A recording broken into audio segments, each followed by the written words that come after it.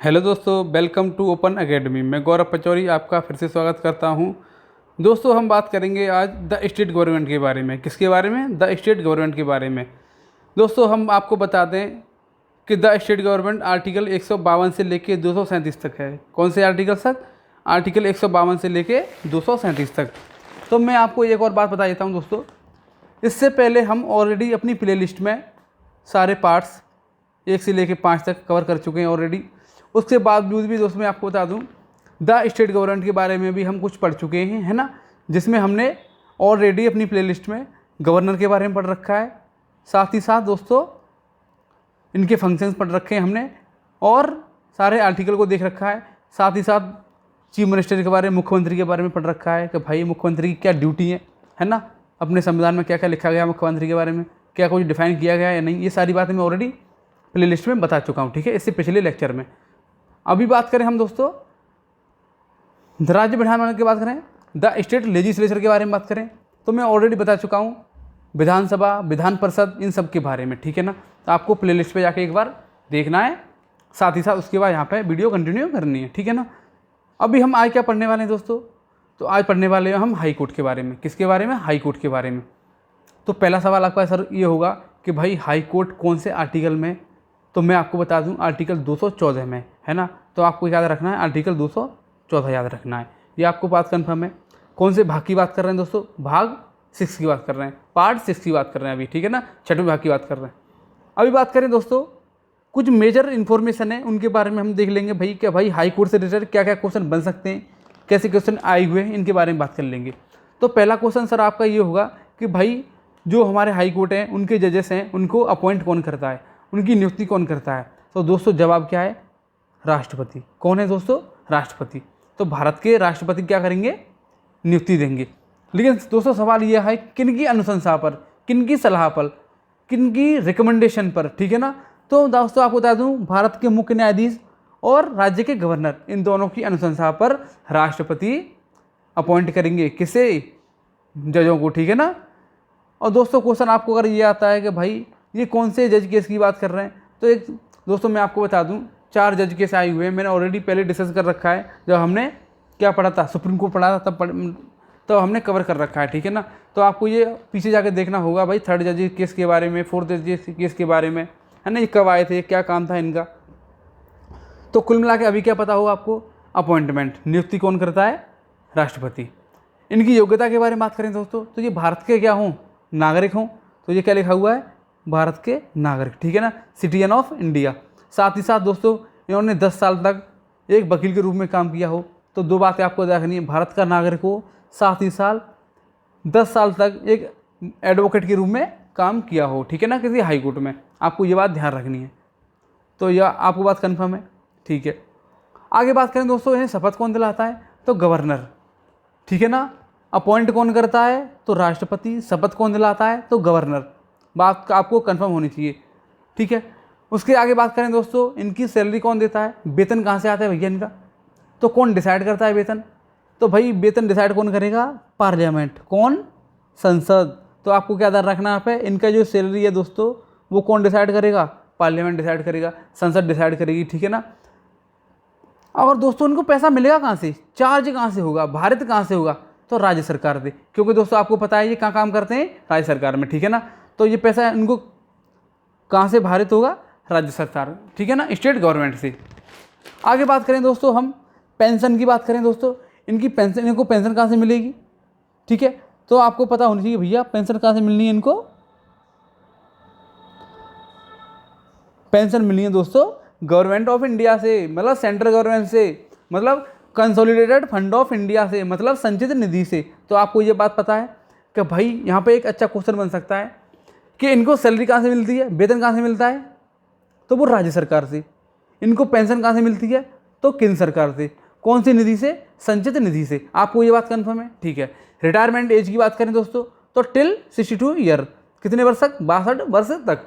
क्या दोस्तों high court के जज की कोई मिनिमम एज है? नहीं, केवल मैक्सिमम एज का हमें यहाँ पे मेंशन किया गया है। ठीक है ना। तो आपको ये पता होनी चाहिए भाई हाई कोर्ट के जज हैं उनकी रिटायरमेंट एज कितनी है? 62 साल है। साथ ही साथ दोस्तों बात करें कि इनकी अथॉरिटी, इनके क्षेत्राधिकार, किनके? हाई कोर्ट के, ठीक है ना। तो हाई कोर्ट के क्षेत्राधिकार क्या क्या होते हैं भैया, तो ये दोस्तों फंडामेंटल राइट पर भी अपना कोई भी इशू मतलब देख सकते हैं, साथ ही साथ कोई लीगल राइट हो उस पर भी अपना काम कर सकते हैं। कुल मिला के दोस्तों हाई कोर्ट को फंडामेंटल राइट, लीगल राइट, इन सब के क्षेत्राधिकार हैं, मतलब इन सब के दायरे के जितने भी केस होते हैं वो इन केसों को देख सकते हैं, ठीक है ना। आपको ये बात पता होनी चाहिए। आगे बात करें दोस्तों न्यायिक समीक्षा, मतलब इनके पास न्यायिक समीक्षा की शक्ति है, तो हाँ बिल्कुल है बात दोस्तों। तो ये क्या होता है जुडिशियल रिव्यू, वो आपको दोस्तों ऑलरेडी मैं बता चुका हूँ, ठीक है ना। और अभी हम बात करेंगे आगे इसके कुछ आर्टिकल हैं, ठीक है ना। तो दोस्तों कुछ इंपॉर्टेंट आर्टिकल हैं, उनको आपको एक नज़र में देख लेना है, ठीक है। तो आर्टिकल 214 राज्यों के लिए एक उच्च न्यायालय, क्या राज्यों के लिए एक उच्च न्यायालय, तो ये आपको आर्टिकल पता है। तो कौन से आर्टिकल में, हाई कोर्ट 214 में। 215 में दोस्तों उच्च न्यायालय अभिलेखों के न्यायालय के रूप में, ठीक है ना। तो आपको ये भी ध्यान रखना है। और 216 में दोस्तों उच्च न्यायालय का गठन, मतलब दोस्तों फॉर्मेशन, भैया हमें इसका गठन करना है तो कौन सा आर्टिकल यूज करना पड़ेगा, 216, ठीक है। 217 में दोस्तों इनके पद की नियुक्ति अथवा दशाएं, तो इनकी जो पद है दोस्तों उनकी नियुक्ति कैसे करनी है, इनकी क्या क्या कंडीशंस हैं, ये सारी बातें कहाँ हैं 217 में। हम आगे बात करें दोस्तों 218 में दोस्तों उच्च न्यायालय में उच्चतम न्यायालय से संबंधित कर्तव्य प्रावधानों को लागू करना, मतलब दोस्तों जो हाई कोर्ट के इशू हैं वो सुप्रीम कोर्ट में से रिलेटेड सारी चीज़ों को प्रावधान को लागू करना, मतलब सुप्रीम कोर्ट में कोई लॉ बनती है या सुप्रीम कोर्ट कोई भी लॉ को कंसीडर करता है, किसी लॉ को लागू करता है तो उसे हाई कोर्ट को माननी पड़ेगी, ये सारी बातें लिखी हैं, ठीक है ना। स्थायी न्यायाधीश बहाल होने के बाद प्रैक्टिस पर प्रतिबंध, मतलब दोस्तों एक बार तुम हाई कोर्ट के जज बन गए तो इसके बाद तुम बाहर प्रैक्टिस नहीं कर सकते, अलग से कोई काम नहीं कर सकते। दोस्तों 221 में क्या है, न्यायाधीश का वेतन इत्यादि, तो इनके वेतन सारी बातें क्या लिखी हुई हैं 221 में। दोस्तों आर्टिकल 222 में किसी न्यायाधीश का उच्च न्यायालय से दूसरे उच्च न्यायालय में स्थानांतरित, मतलब एक हाई कोर्ट दूसरा हाई कोर्ट ट्रांसफ़र, जज ट्रांसफ़र होते हैं दोस्तों, और ट्रांसफ़र करने तो हमें कौन से आर्टिकल यूज करना पड़ेगा 222 का, ठीक है ना। 223 में दोस्तों कार्यवाहक मुख्य न्यायाधीश की नियुक्ति, ठीक है ना, ये आपको ध्यान रखना है। तो आपको एक नज़र में पढ़ लेने हैं, ठीक है, बूढ़ी वीडियो पॉज करके। 224 का अतिरिक्त एवं कार्यवाहक न्यायाधीशों की नियुक्ति, मतलब एडिशनल जज दोस्तों, है ना। तो जब भी कोई ज़रूरत होती है तो हमें एक एडिशनल जज की ज़रूरत होती है, तो भाई ये लोग 224 के अनुसार एक एडिशनल जज को रख सकते हैं।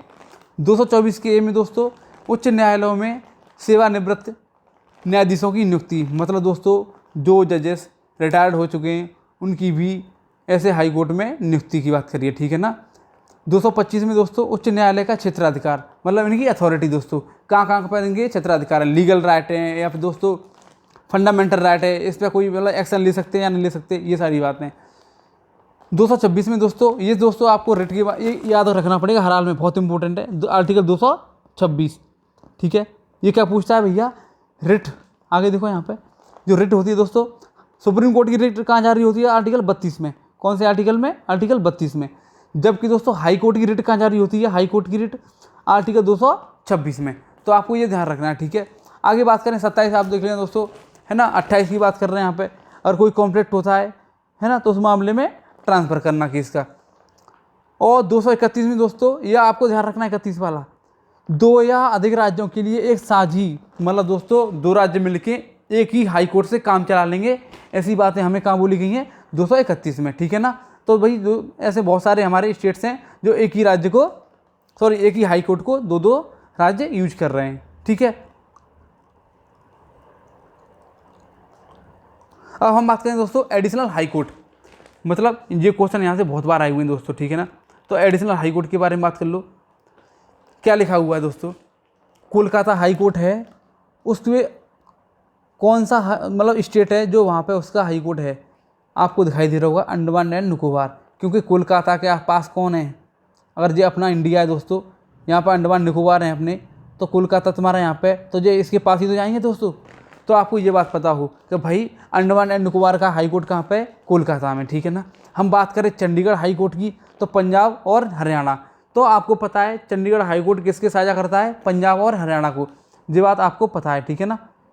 तो ये भी आपको पता है, ये तो कॉमन चीज़ है। उसके बाद बात करें बम्बई हाई कोर्ट की बात करें, तो दादर एंड नागर हवेली, दमन द्वीप, तो आपको पता है यहाँ पे छोटे छोटे द्वीप से, ठीक है। तो वो कहाँ पे जाएंगे, मुंबई जाएंगे। इनके पास में कौन है, मुंबई है, तो आपको ये भी पता हो, ठीक है ना। हम बात करें दोस्तों केरला हाई कोर्ट की, तो ये दोस्तों मिस्टेक हो गया यहाँ पे, केरल हाई कोर्ट है, ठीक है ना। तो केरला हाई कोर्ट में पास में कौन आएगा, लक्षद्वीप। केरल तो आपका यहाँ पे है, केरल, तो दोस्तों यहाँ लक्षद्वीप यहाँ पे है आपका, तो जिसके जो पास है वहीं तो आएगा। तो आपको ध्यान रखना केरल हाई कोर्ट किसके लिए, लक्षद्वीप के लिए। मद्रास हाई कोर्ट दोस्तों पांडिचेरी के लिए, तो आपको पता है मद्रास तमिलनाडु, तो ये पांडिचेरी के लिए यहाँ पे अपना हो जाएगा, ठीक है। आगे बात करें, अभी आपको पता है फिलहाल में जम्मू एंड कश्मीर है ना, हाई कोर्ट है तुम्हारा, वो दोनों के लिए, जम्मू कश्मीर और लद्दाख के लिए। समझ लीजिए सारी बातें, आपको ये यहाँ पे याद रखना है, एक बार नोट कर लेना है, यहाँ से क्वेश्चन बहुत बार बन चुके हैं, ठीक है। अब दोस्तों आगे देखें हम सबऑर्डिनेट कोर्ट, अधीनस्थ न्यायालय। ये आपको बड़ी बारीकी से देखना पड़ेगा क्या होता है ये। तो आर्टिकल 233 से लेकर 237 तक किसके बारे में बात करी गई है, अधीनस्थ न्यायालय के बारे में, सबऑर्डिनेट कोर्ट के बारे में। तो भैया क्या है ये सबऑर्डिनेट कोर्ट, तो आपको पता है दोस्तों हाई कोर्ट के नीचे कौन आता है, सबऑर्डिनेट कोर्ट, लेकिन हाई कोर्ट से ऊपर कौन है, सुप्रीम कोर्ट। तो हमारे यहाँ एक ऑर्डर काम करता है दोस्तों, सुप्रीम कोर्ट, हाई कोर्ट, उसके बाद तुम्हारे सबऑर्डिनेट कोर्ट, है ना। तो ये भी ऑर्डर काम करता नहीं करता। तो आपको पता हो भैया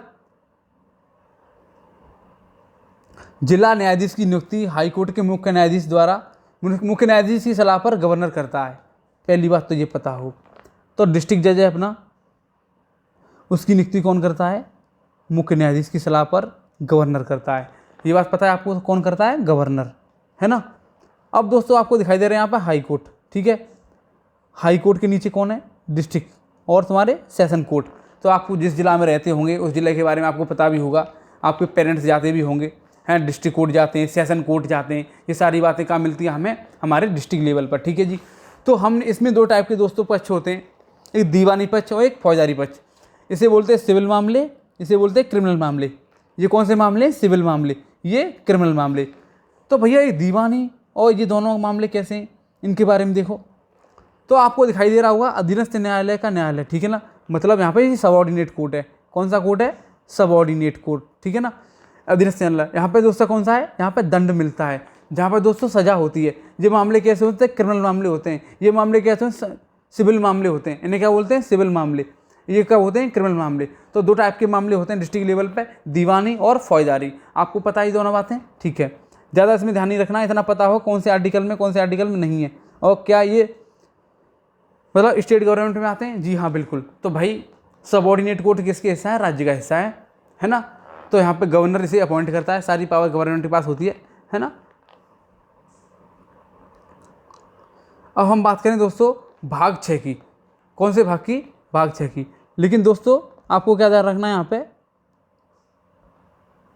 भाग 6 हम दोस्तों अगले ही वीडियो में पढ़ेंगे। अभी हम इस वीडियो को यहाँ तक रख रहे हैं। आपको क्या करना है, आपको टेलीग्राम पे जाना है, वहाँ पे आपको क्या मिल जाएगा, इसका PDF मिल जाएगा, ठीक है। तो आपको टेलीग्राम पे जाना है और PDF डाउनलोड कर लेनी है, और आपको वीडियो के साथ साथ PDF भी पढ़नी है, ठीक है। थैंक यू सो मच, ठीक है। नेक्स्ट वीडियो में मिलते हैं, थैंक यू सो मच।